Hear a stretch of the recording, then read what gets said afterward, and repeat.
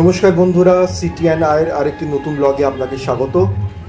প্রতি বছরের মতো এই বছরেও 25শে বৈশাখ রবীন্দ্র জয়ন্তী উপলক্ষে পশ্চিমবঙ্গ সরকারের তথ্য ও সংস্কৃতি বিভাগের তত্ত্বাবধানে 9 থেকে 23শে মে অনুষ্ঠিত হচ্ছে কবিপক্ষের অনুষ্ঠান। এটি হচ্ছে মূলত রবীন্দ্র সদন চত্বরে শিশির মঞ্চ, একতারা মুক্ত মঞ্চ এবং বাংলা একাডেমি সভাঘরে। এরই সাথে গগনেন্দ্র শিল্প প্রদর্শনশালাতেও চলেছে একটি প্রদর্শনী স্মৃতিকথায় রবীন্দ্রনাথ। কবিপক্ষের এই অনুষ্ঠানটির আজই শেষ দিন। যারা দেখেননি তারা অবশ্যই আজকের দিনটা চলে যেতে পারেন এই রবীন্দ্র সদন চত্বরে। অনুষ্ঠানটি মিস করলে কিন্তু অনেক কিছুই মিস করবেন। আর যারা দেখেননি তাদের জন্যই আমার এই প্রয়াস। এই অনুষ্ঠানের কিছু ঝলক আজ আমি আপনাদের সাথে শেয়ার করলাম। সত্যি তো রবীন্দ্রনাথ আমাদের মননে সত্তায় আষ্টে পৃষ্ঠে এমনভাবে জড়িয়ে ফেলেছেন যে আজ আমরা রবীন্দ্রনাথকে ছাড়া হয়তো নিজেদেরকেই ভাবতে পারি না। উনি আমাদের প্রাণের ঠাকুর রবীন্দ্রনাথ।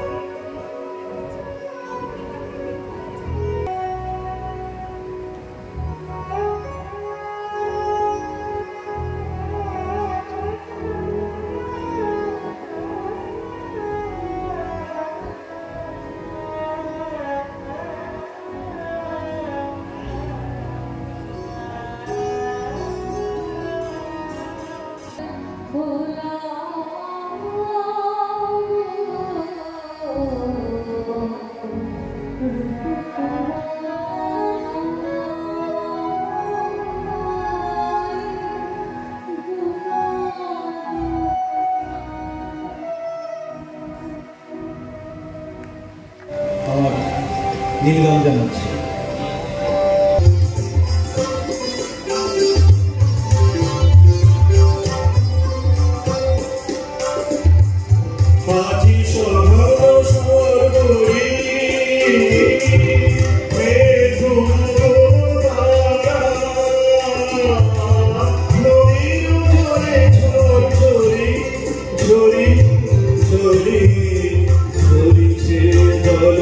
জলধারা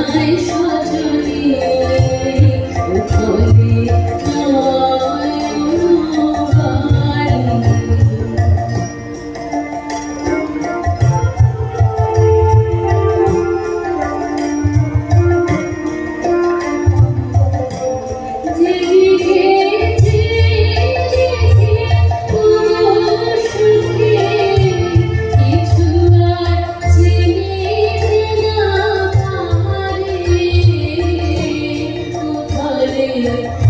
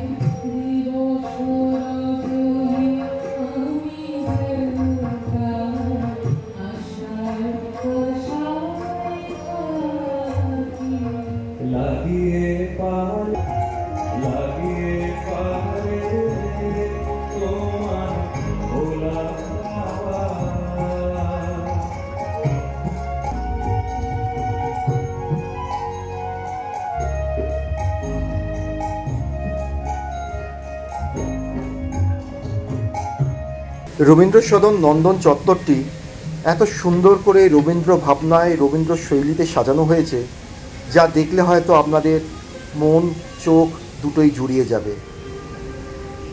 এবার আসুন আমরা ঘুরে আসি গগনেন্দ্র প্রদর্শনশালাতে থেকে। ওখানে চলেছে একটি প্রদর্শনী স্মৃতিকথায় রবীন্দ্রনাথ, সেটাও বেশ ভালো লাগবে। এবং আপনারা যদি এখানে আসেন তাহলে এই সমস্ত মানুষদের স্মৃতিকথায় রবীন্দ্রনাথের কথা জানতে পেরে আপনাদের খুব ভালো লাগবে। রবীন্দ্রনাথের শিক্ষারম্ভ, তার বিভিন্ন কর্ম, কবিতা, গান, সেসব, তার বিবাহ, সব কিছু নিয়ে টুকরো টুকরো সমস্ত স্মৃতিকথা ছড়িয়ে আছে এই গগনেন্দ্র শিল্প প্রদর্শনশালাতে।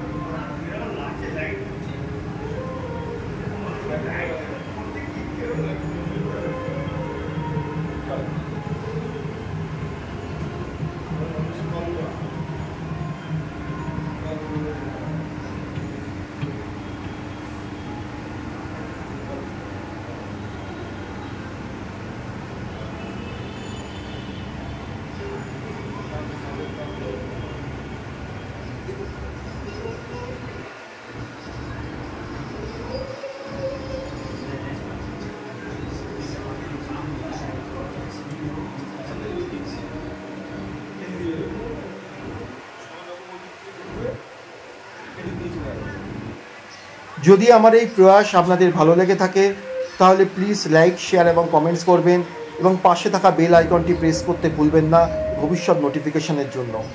এরকম আরও অনেক নতুন নতুন ভিডিও পেতে আমার channel city and I subscribe করবেন। সবাই ভালো থাকুন, সুস্থ থাকুন।